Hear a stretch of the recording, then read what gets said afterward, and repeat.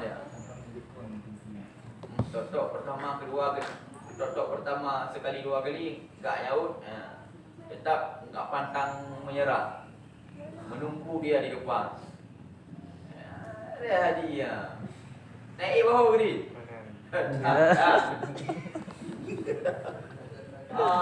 Okey. Jadi amil terbagi dua, ada sesuatu amil artinya sesuatu yang bertugas, lafiah. Sesuatu yang bertugas mengubah harkat akhir, lafiah yang nampak contoh bi. Gara-gara ada bi di belakangnya maka harkat Allah akhirnya itu kasrah. Maka saat ini bagaimana peran Allah saat itu? Peran Allah saat itu tergantung faedah bi apa. Kalau faedah bi itu sebagai isti'anah, arti isti'anah tempat meminta pertolongan, maka Allah perannya sebagai zat penolong. Dia tergantung faedah hurufnya apa. Tergantung faedah hurufnya apa. Kan? Kalau misalkan bi tersebut diartikan sebagai sebab, diartikan sebagai sebab, maka peran Allah sebagai tempat ketergantungan kita. Jadi tergantung faedah bi bagaimana. Dah. Ya, jadi amil sesuatu yang bertugas mengubah harkat akhir, lafiah yang nampak bi. Bi nampak udara aku bilang bi. Ya, dia bertugas mengubah harkat akhir kalimat Allah menjadi kasrah. Sudah, yang nampak maka itu lafiah. Yang kedua, amil yang bertugas mengubah harkat akhir maknawiyah yang tidak nampak tapi ada. Yang tidak nampak tapi ada. Ya, seperti kalimat Allahul Ladzi. Seperti pembahasan sebelumnya bahwa dalam ketentuan bahasa Arab, kalimat subjek yang dibedakannya, kalimat subjek yang pertama kali disuarakan, kalimat sebagai subjek yang pertama kali disuarakan, dia mesti harkatnya dhammah sebagai mubtada karena sifatnya subjektif. Kan? Jadi setiap kalimat subjek, setiap kalimat subjek yang pertama kali kita suarakan, yang pertama kali kita sebutkan, maka ketentuannya harkatnya itu harkat dhammah karena sifatnya subjektif. Arti subjektif bagaimana? Tumpuan, fokusnya kita memahami pada subjeknya, bukan pada sifatnya ataupun bukan pada predikatnya. Ngerti ya? Sehingga misalkan contoh tunggu. Kalau dalam contoh pujian, nanti kamu buat. Dalam contoh pujian, bentuk kalimatnya sifatnya subjektif.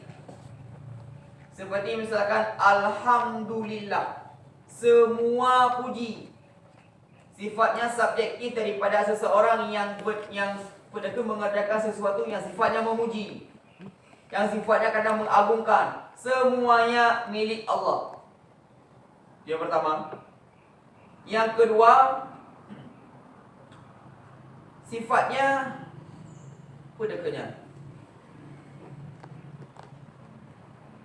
prediktif. Apa? Predikatif. Predikat tu. If head ada pada muka. Dah.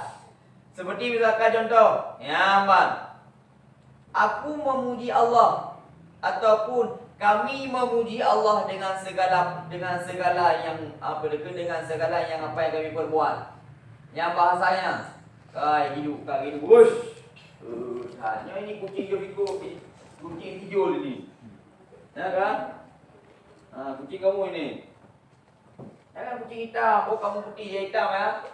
Yang putih sama kalian berdua. Dah. Yang sifatnya predikat pun. Apa bedanya? Kau bertanya, bedanya kalau bentuk bahasa yang sifatnya subjektif, yang sifatnya subjektif, itu tidak melihat masanya, akan tetapi yang dilihat adalah alah ini orang tua. Bahaya tadi. Ikutlah dulu. Alah.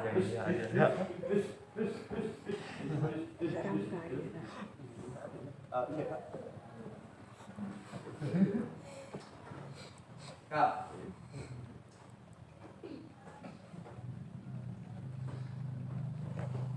Misalkan alhamdulillah.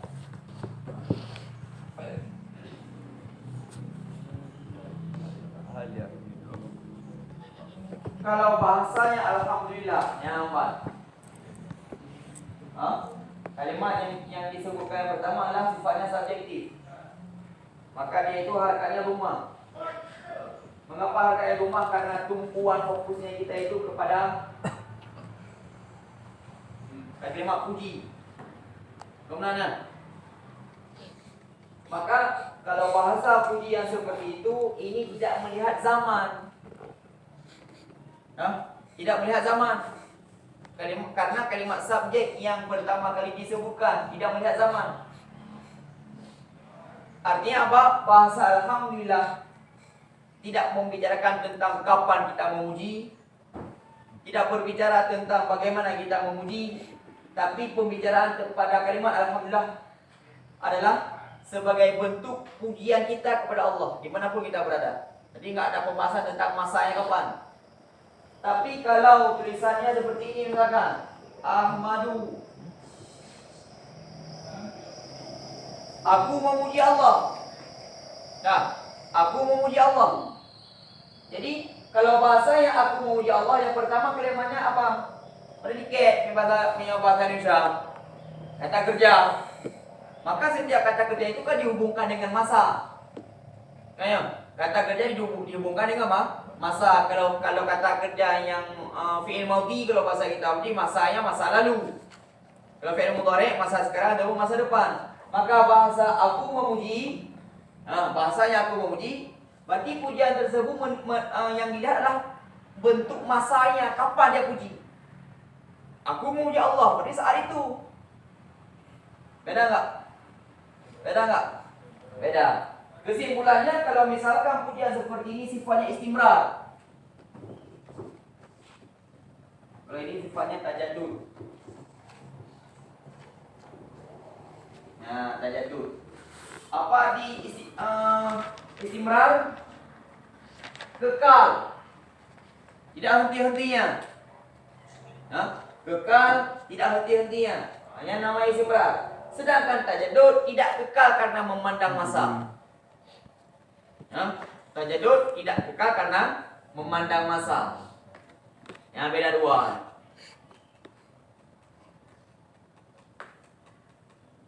Sudah?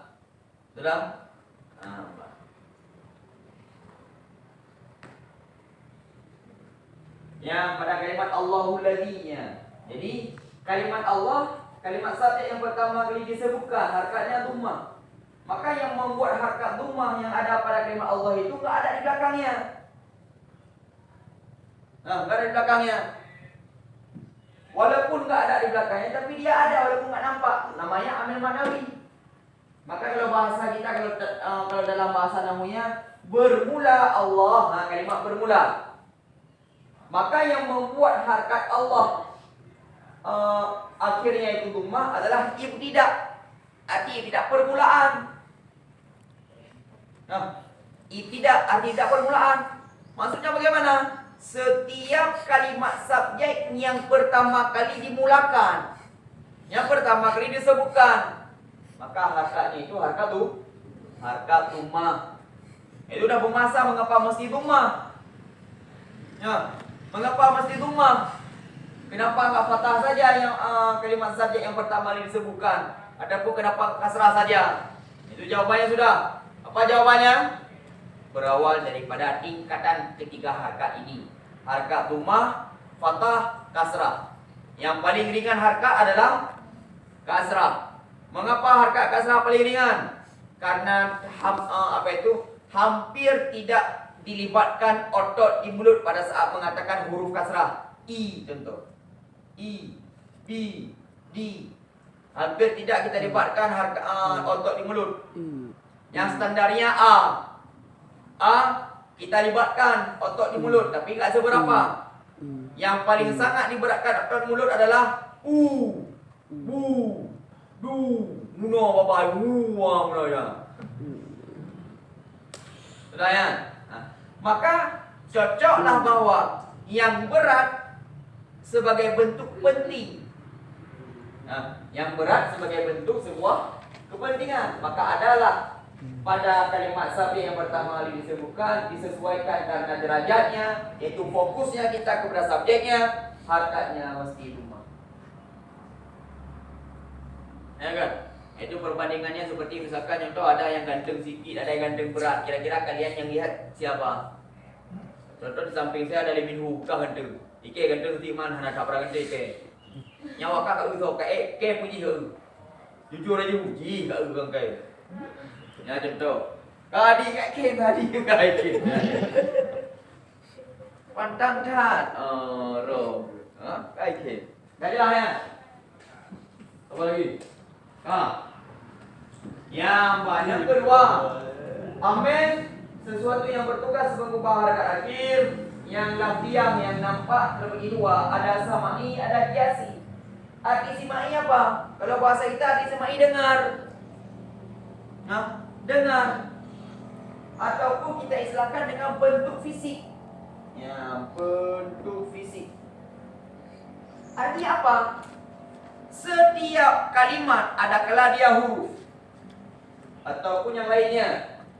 Setiap kalimat yang mengubah harkat akhir, semua kalimat yang nampak yang mengubah harkat akhir, semuanya bentuk fisiknya bisa kita lihat dalam ayat, dalam hadis ataupun dalam kalam bahasa Arab yang fasih. Artinya apa? Kita lihat dalam Al-Quran. Dalam Al-Quran setiap yang namanya bi, setiap yang namanya huruf jar bi, selalu harkat akhirnya kasrah. Dalam Al-Quran ataupun dalam hadis, setiap yang namanya anna, kalimat anna ataupun inna, contoh, kalimat anna ataupun inna, di depannya selalu ada yang pertama barisnya fathah, ada yang kedua barisnya dhamma. Artinya bentuk fisiknya jelas ada dalam Al-Quran, hadis ataupun kalam bahasa Arab yang fasih. Itu namanya simai. Sekali lagi, amin lafzi samai. Artinya apa itu? Sesuatu yang bertugas mengubah harkat akhir, lafziah yang nampak, samaiyah, bentuk fisiknya nyata dalam Al-Quran, hadis dan kalam Arab yang fasih. Arti bentuk fisiknya nyata bagaimana? Seperti contoh tadi. Dalam Al-Quran kita lihat, dalam hadis kita lihat. Misalkan contoh bilang dalam Al-Quran misalkan billahi, kan kalimat bi di depannya pasti kasrah. Ataupun dalam hadis misalkan innama a'malu binniyati, ya bi di depannya niyati kasrah. Jadi bentuk fisiknya jelas nyata. Itu namanya semai. Sudah? Itu namanya semai dah. Yang kedua, kiasi. Kiasiyah. Arti kiasiyah, ya, kalau bahasa kita kiasiyah itu lebih kepada aturan. Lebih kepada aturan. Apa aturannya? Contoh, aturannya contoh gini. Setiap kata kerja, setiap kata kerja, setiap kata kerja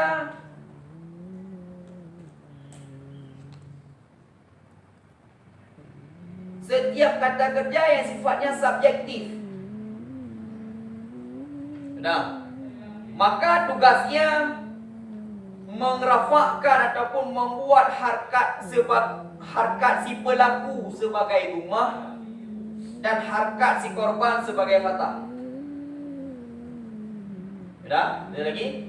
Setiap kata kerja yang sifatnya subjektif, arti sifat subjektif artinya apa? Si pelakunya jelas nyata siapa. Maka untuk si kalimat si pelaku ataupun si subjek diberikan harkat dhammah, kepada si objek diberikan harkat fathah. Dalman. Aduh, kalau lagi yang berdoa biro. Sudah? Itu perhatiin. Ngerti ya? Sekali lagi, kalau kiasi artinya lebih kepada aturan. Dibuat sebuah aturan. Contoh, setiap kata kerja yang sifatnya subjektif, maka kepada si subjek, kepada si pelaku, kepada si subjek diberikan harkat dhammah, kepada si objek diberikan harkat fathah. Itu aturannya. Maka kita lihat kata kerja. Contoh misalkan kata kerja yang qatala. Qatala kata kerja yang sifatnya subjektif, artinya nampak langsung siapa yang membunuh, ada yang membunuh. Ya. Maka sebagaimana aturan kiasiah tentang kata kerja tadi, setiap yang menjadi subjek depan itu harkatnya dhammah. Zaidun. Setiap yang harkat apa itu yang menjadi objek, harkatnya fathah amran. Ini lebih kepada aturan, itu kiasiah namanya. Ngerti ya? Ngerti ya? Ngerti? Nah.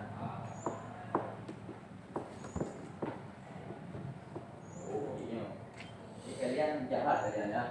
Tentu kalian buat cepat ya. Agak zaman tengku. Kan? Buat cepat kalian kan? Padahal masih 643. Sampai itu buat cepat ayo. Rehan ya, ada kerjaan. Jadi kesimpulannya, perubahan harkat akhir satu kalimat sebagai bukti perannya apa? Ya. Harkat akhir, perubahan harkat akhir di suatu kalimat bukti sebagai bentuk perannya apa? Sudah ya? Seperti misalkan contoh,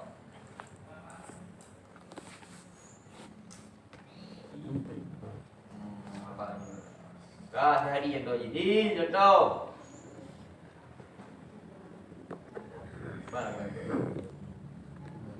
Oh ya, ya,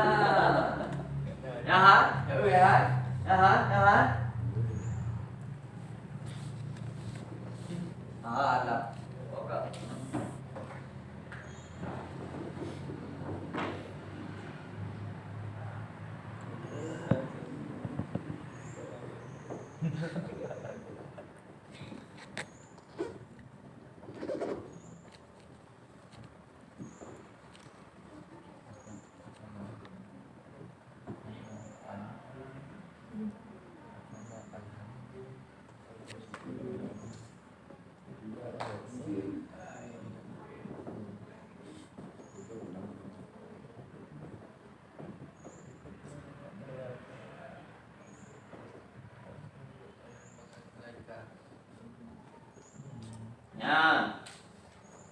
Yang pertama ada kalimat ghafarallahu azwira. Ya. Amin bagus. Lekat dak mana ya? Contoh lekat dak kena tu. Yang di bawahnya istaghfara azwiru Allah. Istaghfara azwiru Allah. Harkatnya berbeda. Ya kan? Allah. Di sini juga ada Allah. Azwir. Di sini juga ada azwir. Kayak cuma harkatnya berubah. Kalau yang di atas Allah dhammah, azwir fathah. Yang di bawah azwiru dhammah. Allah fathah. Ya, masih gaduh puno. Perubahan harkat akhir satu kalimat sebagai bukti perannya apa? Nah, kita lihat apa arti kata kerjanya. Ghafara artinya ampun. Maka kalau pada contoh ini yang menjadi si subjek adalah Allah, maksudnya bagaimana? Allah yang mengampuni. Objeknya si azwir. Berarti Allah mengampuni azwir. Jadi ilah kerja-kerja. Ampun. Tapi kalau di bawah artinya istighfar, meminta ampun. Sudah. Maka yang harkat tumait yang mana? Sazwir. Artinya dia yang meminta. Dapat memintanya Allah. Ngerti? Jadi masing-masingnya itu sebagai bukti perannya apa. Sudah ya? Ngerti ya? Nah. Apa lagi?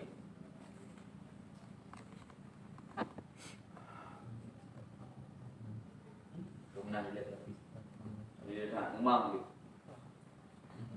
Nah, umang wir. Nah, umang. Kalau kita di umang, bayang ke umang. Kak, kalau enggak mau saya lanjutkan pertanyaan. Satu aja dia yang berbobot. Kadang aja apa aja? Katimu irok. Ai malam. Dia kumpul gajah kena, tapi kau gajah kena yang mangak tu yopung. Dah, mana ada pertanyaan? Ini sudah saya sambung. Ini sambung ni sama cile sudah tawai le. Ha? Anda nak tawai kan? Ya, Lena. Masalah konsep itu kan ada konsep fikih tadi itu pendebatnya. Kelas tadi itu kelas fikih tasawuf. Jadi debat ilmiah. Jadi siapa yang sudah dijudulkan tadi itu mempresentasikan di malam raya nanti. Maka kuasai semuanya. Dia saya lihat di siapa yang masih duduk aja kayak di fiku dia, udah. Nanti dia. Nah, dia kayak dia. Kalau main poli diikat rambutnya, kalau udah ngaji dah nggak diikat lagi. Maka ikatnya rambut itu sebagai bentuk keseriusannya. Main poli diikat bukan serius ya. Mana aja nunggu. Jadi kan? Iya, jadi keren tadi. Senior ya. Dibiko. Tanya saran sama abang senior. Nah, ada pertanyaan. Katanya ada apa? Belum nah.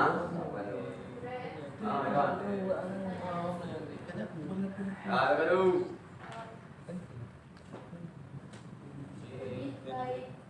Kita membiarkan seorang kawan kita tanpa sholat, dia tidak mengerjakan sholat, daripada nanti kita menyuruh dia sholat, tapi dia nanti marah kepada kita. Itu bagaimana?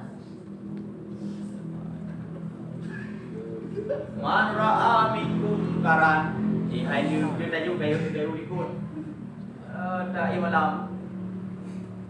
Man ra'a minkum karan fayughayyirullahu biyadihi. Wa illam yastati fa bi lisani, fa bi yastati fa bi qalbi wa huwa adhafu liman. Tahu tak? Barang siapa yang melihat kemungkaran. Melihat kemungkaran, yang pertama tegah dengan tangan. Artinya apa?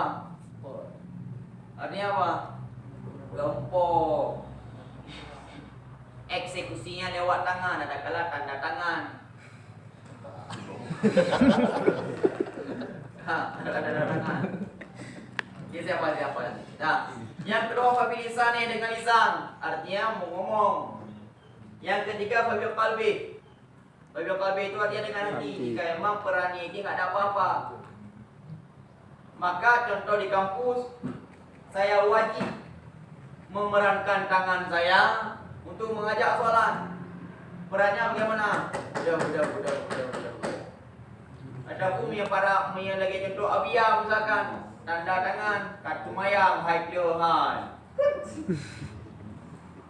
Hai tu mayang, high clear kartu mayang. Di bulan, tanda tangan. Anak kartu mayang, kartu kudi, tanda tangan. Nah, contoh. Artinya kepada orang yang punya kompeten dalam hal jabatannya apa. Kalian sudah. Wabil lisan nih. Kalau misalkan derajat kita bukan seperti itu, maka tegaklah kemungkaran dengan lisan. So, yang lagi debu-debu. Lagi ulama-ulama di atas mimbar, bahkan masa semayang. Sudah. Kita bukan debu, kita bukan pejabat. Maka tegaknya dengan hati. Artinya bagaimana? Yakinlah bahwa perbuatan itu tidak baik, namun kepada orang yang kita doakan. Karena tidak boleh kita benci orangnya karena perbuatan yang tidak boleh. Tapi bencilah perbuatannya saja. Untuk orangnya tak tercintai dah.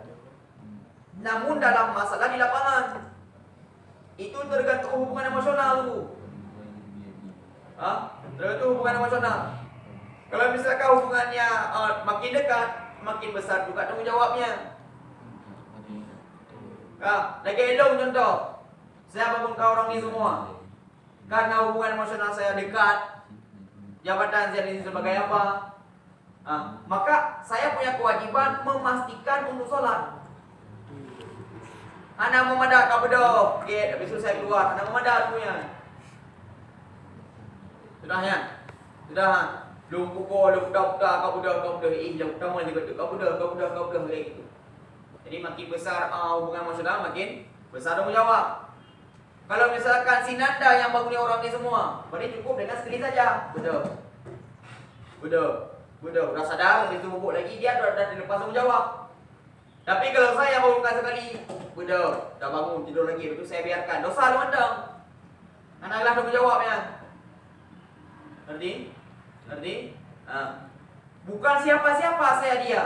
Misalkan ada orang yang pedagangnya, orang yang Jumatnya enggak ada di warung kopi misalkan itu. Orang kenal enggak, semua enggak. Saya enggak ada jabatan apa-apa segala macam yang kecil, bukan semua, bukan. Maka memadat tegahnya dalam hati saja. Berarti maka pertanyaannya, bagusan yang mana? Kita ajak kebaikan orang, namun konsekuensinya dia marah kepada kita.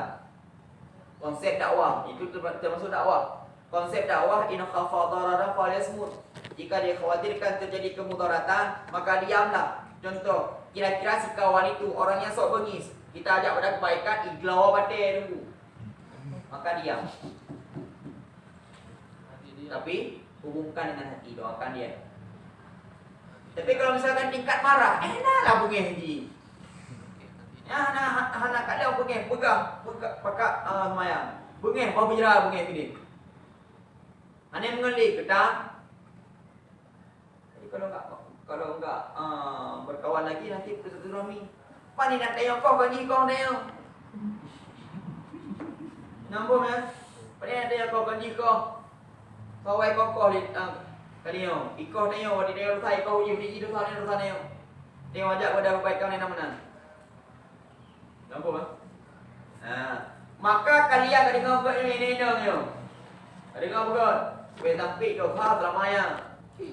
Contoh misalkan adik Zahul pacaran sama Abang Azman, tidak sama Ratna, kamu misalkan di Zahul cedang kamu kamu dukung rupanya. Karena kamu dukung sehingga pacaranlah orang ini. Seberapa lama pacaran mereka? 1 tahun. Cok dosa gekah itu. Maka yang berperan sebagai kawan curhat yang pegang. Nampak kan? Begok pegang banget, tayang masalah. Kita sama kai kim sama kai kim. Kami pakai mangga cika mereka dukun. Kajilah ya. Maka siapa yang menjadi perannya sebagai kawan curhat, nyo berdekat-dekat dalam memberikan saran. Nampak menyampaikan dukung. Oh dia aku benda yang kobra ke saleh nak naik aku lupa ke rumah kematian cok dosa ni kau. Kau baju. Dah Dewi. Ada cerita sama kamu. Putus cinta dia enggak? Ada pun kamu cerita sama dia. Artinya siapa saja. Siapa saja berperan sebagai kawan curhat, berhati-hatilah dalam memberi saran. Kamu kan? Ini be beramah juga. Beramah juga. Kakak ya. Sudah? Ada lagi? Apa tu?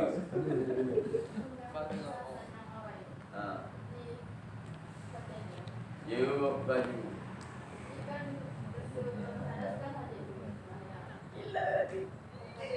Ada besar. Buat apa? Jadi Sama sih. Sama sih. Sudah. Sama juga. Soalnya udah lebih banyak. Saat sedang berhadas besar, hukum berwudu haram. Karena apa? Wudu itu ibadah. Ibadah kecil tidak bisa mengangkat ibadah besar. Maka barang siapa yang berwudu namun dia sedang berhadas besar, itu dianggap tala'uk fil ibadah. Maka bagi pendapat yang mengatakan itu tala'uk, artinya bermain-main dengan ibadah, hukumnya haram. Karena sudah tahu bahwa konsepnya yang kecil tidak bisa menghinakan yang besar, tapi yang besar bisa menghinakan yang kecil. Nampaknya. Nah, jadi ada juga pendapat dikiaskan dalam pembahasan kemarin, yaitu wudu dibolehkan bagi orang yang berhalangan karena dikiaskan dengan junub. Antara dua pendapat, ada yang mengatakan boleh, ada yang mengatakan tidak boleh. Maka ambillah yang ihtiyatnya bagaimana. Artinya yang lebih amannya kita itu di mana? Di situ kita pegang. Maka kita pegang dengan pendapat yang tidak boleh. Apapun bentuk wudunya itu haram kecuali hajat. Contoh, di suatu tempat kalau enggak kita wudu kita diganggu jin. Wudu berarti. Nah, kalau enggak wudu diganggu sama azman, wudu berarti.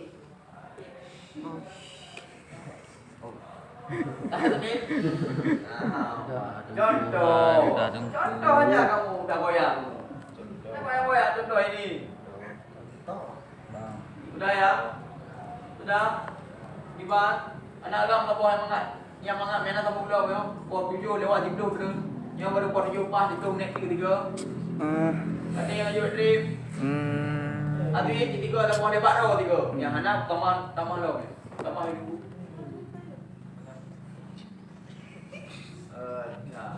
Wallahu a'lam.